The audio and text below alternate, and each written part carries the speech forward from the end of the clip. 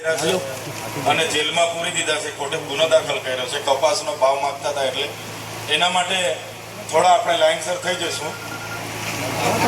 બેનો પણ દેખાય એવું રાખજો. આ જગ્યા છોડી દો વડીલ, બેનો દેખાય એવું રાખજો. તમે પાછળ આવતા. 250 ખેડૂતને માર્કેટ યાર્ડમાંથી પોલીસે કપાસ અને મગફળીનો ભાવ સરકારે જાહેર કર્યો છે માંગતા હતા. પોલીસે ઢોરમાર મારીને 250 ખેડૂતને પૂરી દીધા છે. એનો વિરોધ માટે કરીએ છીએ આપણે. તો થોડો હું બોલીશ, પછી આપણે બધા કાળો દિવસ મનાવીશું. જે પ્રકારે બોટાદના માર્કેટ યાર્ડમાં ખેડૂત એટલે કે જગતનો તાત જે આપણને અન્ન પૂરું પાડે છે, ત્યાં માર્કેટ યાર્ડના બે માંગને લઈને એ લોકો રજૂઆત કરવા માટે ગયા. એક બાજુ સરકારે જાહેરાત કરી કે સરકાર ટેકાના ભાવ 1622 રૂપિયા કપાસ એક મણના કપાસના આપશે અને 1200-1250 રૂપિયા વેપારીઓ આપીને જ્યારે લૂંટ કરતા હોય એ જ પ્રકારે મગફળી, મકાઈ જેવી બાબતોની રજૂઆત કરવા માટે જ્યારે ખેડૂતો માર્કેટ યાર્ડમાં ભેગા થયા અને ચેરમેનને ખાલી બે માંગણી કરી, ત્યારે આ બે માંગણીનું નિવારણ લાવવાની જગ્યાએ, એનું સમાધાન કરવાની જગ્યાએ ખેડૂત આગેવાન રાજુ કરપડાને પણ ધરપકડ કરી લેવામાં આવી.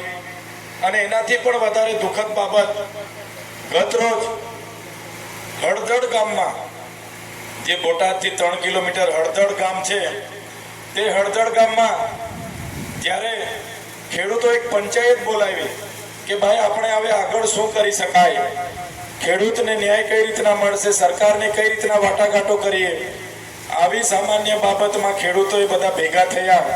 ત્યારે એ હળદડ ગામને પોલીસ દ્વારા, ભાજપ સરકારના ઇશારે પોલીસ દ્વારા આખું ગામ ઘેરી લીધું અને ઘેરી લીધા બાદ ખેડૂતો પર લાઠીચાર્જ કરવામાં આવ્યો.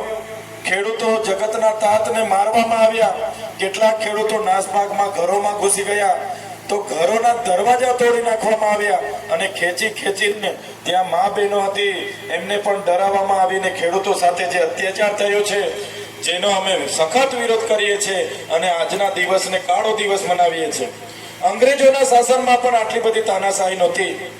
30 વર્ષના આ ભાજપના શાસનમાં જગતનો તાત એ માત્ર ન્યાય માગે છે. એને કોઈ અંગત સ્વાર્થ નથી. આખું વર્ષ ખેતીમાં મહેનત કરે છે, પરસેવો પાડે છે. મોંઘવાડીને દિવસે ને દિવસે મોંઘવાડી વધે છે, એના પાકનો ભાવ નથી મળતો. એ ન્યાય પણ આ ભાજપ સરકાર આપી નથી શકતી.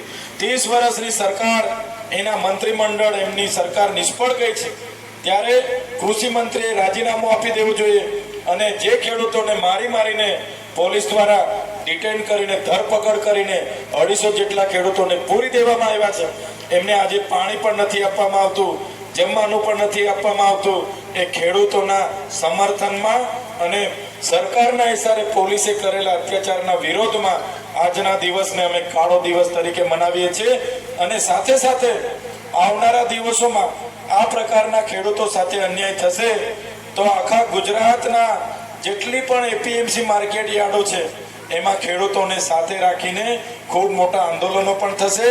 અને બોટાદના ખેડૂતો સાથે સમગ્ર ગુજરાતના ખેડૂતો છે, હળદડના જે પણ બનાવ બન્યો છે એ બનાવની વિરોધમાં એ લોકોને ન્યાય અપાવવા માટે આવનારા દિવસોમાં માનવ અધિકાર પંચમાં પણ અમે જઈશું.